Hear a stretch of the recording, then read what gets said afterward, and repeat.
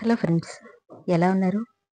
ఈ 8 మందిని అవమానిస్తే దేవుణ్ణి అవమానించినట్లే అని చాణక్యుడు అన్నాడు. అర్థశాస్త్ర పితామహుడు ఆచార్య చాణక్యుడు ఒక వ్యక్తి భౌతికంగా కలిగినటువంటి సంపద ద్వారా పూర్తి ఉత్తముడు కాలేడని మరియు కేవలం సంపద, హోదా అతని ఖ్యాతిని పెంచలేవని వివరిస్తారు. ఈ సంపద కన్నా ఎన్ని చేతులు ఆ వ్యక్తిని ఆశీర్వదించాయన్న దాని మీదే ఆ వ్యక్తి యొక్క ఔన్నత్యం బయటపడుతుందని తన అర్థశాస్త్రంలో చెప్తారు. దేవుడు భూమి మీద అన్ని చోట్ల లేడు కాబట్టి తల్లిదండ్రులను సృష్టించాడు. మీరు ఎంతగా ఎవరిని ప్రేమించినా తల్లిదండ్రుల ప్రేమను మాత్రం భర్తీ చేయలేరు అని చెప్తారు. ఈ 8 మంది వ్యక్తులలో తల్లిదండ్రులతో పాటు ప్రతి వ్యక్తి జీవితంలో మారువేషంలో అనగా రకరకాలుగా 7 ప్రభావవంతమైన వ్యక్తులు కూడా ఉంటారు. వీరు ఆపదలో మిమ్మల్ని ఆదుకుంటూ ప్రతి విషయంలోనూ ఏదో ఒక రీతిలో మనకు వెన్నుదండుగా ఉంటారు. కాబట్టి ఇంతలా మన కోసం ఆలోచిస్తూ మనతో ఉన్న వారిని కించపరచడం లేదా అవమానపరచడం అనేది ఒక హీనమైన చర్యగా మారుతుంది. అంతేకాదు, ఇలా చేయడం అనేది దేవుణ్ణే అవమానించినంతటి పాపం. మరి తల్లిదండ్రులతో పాటు మనం జీవితంలో మనం అవమానించకూడని వ్యక్తులు ఎవరు, వారితో ఎలా ఉండకూడదు, ఎలా ఉండాలి వంటి విషయాలు సంబంధించిన సమాచారాన్ని ఇప్పుడు మనం తెలుసుకుందాం. చాణక్య నీతి ప్రకారం ఈ 8 మందిని అవమానపరచడం దేవుణ్ణి అగౌరవపరచడంతో సమానం. కాబట్టి మీ జీవితంలో ఎన్నడూ వీరిని కించపరచవద్దు. అందులో మొదటిగా అమ్మ విలువ తెలిసి ఆ విలువను బట్టి తెలుసుకునే వాళ్ళు కూడా కాకుండా దేవుణ్ణి అమితంగా అర్థిస్తూ తల్లిని పట్టించుకునే వారిని ఖచ్చితంగా ఈ విషయం తెలియాల్సిందే. 9 నెలలు మిమ్మల్ని తన కడుపులో భద్రంగా దాచుకుని మరియు బాహ్య ప్రపంచంలో మీ క్షేమం కోసం నిరంతరం పాకులాడే నిస్వార్థ జీవి అమ్మ. ఈ ప్రపంచంలో తల్లి కోసం ఎన్ని త్యాగాలు చేసినా రుణం మాత్రం తీరదు అన్నది నిజం. చావంచుల దాకా వెళ్ళి చావుతో సైతం పోరాడి ఒక బిడ్డకు జన్మనిచ్చిన తల్లి రుణం తీర్చుకోవటం ఎన్నటికీ అసాధ్యమే. అమ్మ ప్రేమకు బదులు అనేదే లేదు విశ్వంలో. కాబట్టి తల్లిని దైవంతో సమానంగా చూసుకుంటే దైవాన్ని పరోక్షంగా పూజిస్తున్నట్టు లెక్క. అలా కాకుండా ఆమెని పట్టించుకోకుండా దేవుడా అంటూ గుడి చుట్టూ తిరిగినంత మాత్రాన పుణ్యం కాదు కదా అంటున్న పాపం కూడా వదలదు. 2. తండ్రి.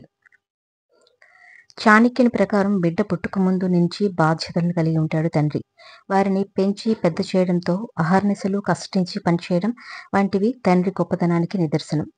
దేవుడు అందరి బాగోగులు చూడలేక తన బాధ్యతను తల్లిదండ్రులకు ఇచ్చాడు. వారిని అవమానపరచడం కన్నా పాపం మరొకటి లేదు. తండ్రి లేకపోతే నీకు జన్మ అర్థం లేదు. తండ్రిని పోషించలేనివాడు, పట్టించుకోలేనివాడు ఎప్పటికీ కూడా దేవునికి ఇష్టకరం అవ్వలేడు. కాబట్టి జీవితంలో మీ లక్ష్యాన్ని చేరుకునే వరకు తండ్రి చాటు నుండి రెక్కలు వచ్చాక ఎగిరిపోయి బతుకునిచ్చిన తండ్రిని పట్టించుకోలేకపోతే ఖచ్చితంగా దానికి ప్రతిఫలం ఉంటుందని అంటారు చాణక్యుడు. 3. మీరు నైతిక విలువలు అనుక్షణం కాపాడేవారు. చాణక్యుని ప్రకారం మీ తల్లిదండ్రులే కాకుండా జీవితంలో విలువను నేర్పించిన వ్యక్తులు కొందరుంటారు. నైతిక విలువలు అంటే తెలియకపోవచ్చు. నువ్వు సమాజంతోనూ నీ వాళ్ళతోనూ ఎలా నడుచుకోవాలో, ఏది మంచి ఏది చెడు అని చెప్పేవాళ్ళు ఉంటారు. వారి మాటలను ఆచరిస్తే జీవితంలో సమస్యల వైపు ప్రయాణం ఉండదు. కాబట్టి ఆ వ్యక్తికి గౌరవంతో కట్టుబడి ఉండాలి. వారు మీ స్నేహితులు, తాతలు, ఇరుగు పొరుగు వాళ్ళు, బంధువులు, శ్రేయోభిలాషి ఇలా ఎవరైనా కావచ్చు. ప్రస్తుతం మనిషి తన వారి గురించే పట్టించుకోవడం లేదు. ఇక నైతిక విలువలు నేర్పిన వాళ్ళని ఎవరు పట్టించుకుంటారు అని అనుకుంటారేమో. అలా చేయడం అనేది దేవుణ్ణి ధిక్కరించి నాశనానికి బాటలు వేసుకోవడమే అంటారు చాణక్యుడు. 4. నీకు విద్యను బోధించిన వ్యక్తి. చాణక్యుడి ప్రకారం విద్య సమాజ ఉద్ధరణకు ఆయుధం వంటిది. తల్లిదండ్రుల తర్వాత జీవితంలో ఒక గురువే ముఖ్యమైన స్థానాన్ని పొందుతాడు. ఒక వ్యక్తికి ఆహారం ఎంత విలువైనదో విద్య కూడా అంతే విలువైనది. కాబట్టి వ్యక్తుల్ని విద్యావంతుడిగా మార్చి మీ భవిష్యత్తును నిర్మించే వ్యక్తి ఎవరైనా సరే, అంటే మీ గురువు ఎలాంటి వాడైనా సరే, అతను మీ జీవితంలో ఒక భాగమని గుర్తించాలి. అతను గురువే కావాల్సిన అవసరం లేదు. మీ అస్తవ్యస్త మార్గాన్ని సక్రమంగా మార్చగలిగే ఎవరైనా సరే మీకు గురువే. నిస్వార్థంగా మీ జీవితంలో మీ విజయానికి మార్గనిర్దేశకులుగా ఉంటాడు. కాబట్టి ఆ వ్యక్తికి తగిన విలువనిచ్చి మీరు తగిన గుర్తింపు పొందాలి. 5. మీకు భోజనం పెట్టిన వ్యక్తి. ఈ ప్రపంచంలో మనిషి నిరంతరం డబ్బు, భూమి, ఆయుధం, బంగారం, ఆహారం, ప్రతిష్ట, ఉనికి వంటి మొదలైన అంశాల నడుమ కొట్టుమిట్టాడుతూ ఉంటాడు. అనేక మంది మిత్రులతో పాటు శత్రువులను కూడా జీవితంలో భాగంగా చేసుకుంటూ ఉంటారు. ఏదేమైనా మీరు ఆకలిగా ఉన్న సమయంలో మీ కడుపు నింపడానికి ప్రయత్నించే ఎవరైనా సరే దేవుడితో సమానం.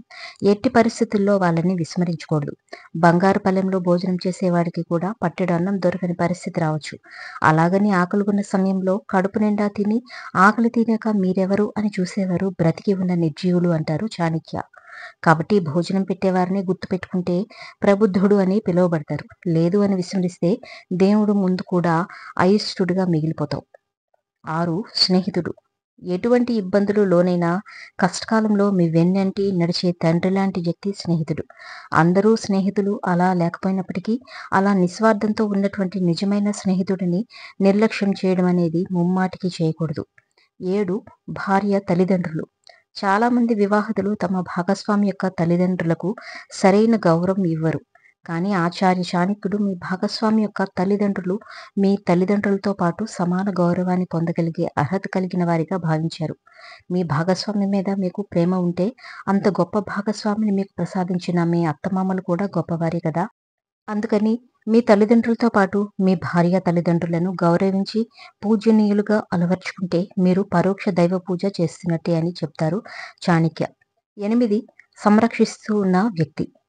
తల్లితో సమానంగా కొందరు తమ జీవితంలో తల్లి వంటి ప్రేమను సంరక్షణను చూపుతుంటారు.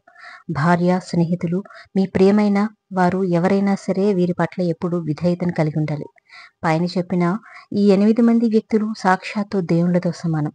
వీరి పట్ల నిర్లక్ష్యం, అవిధేయత, శత్రుత్వం, అవమానించడం, కించపరచడం, అశ్రద్ధ చూపడం, హేళభావం వంటి చర్యలకు పూనుకోవడం అంటే క్షమించరాని నేరం మరియు పాపం అని చాణక్యుడు వివరించారు.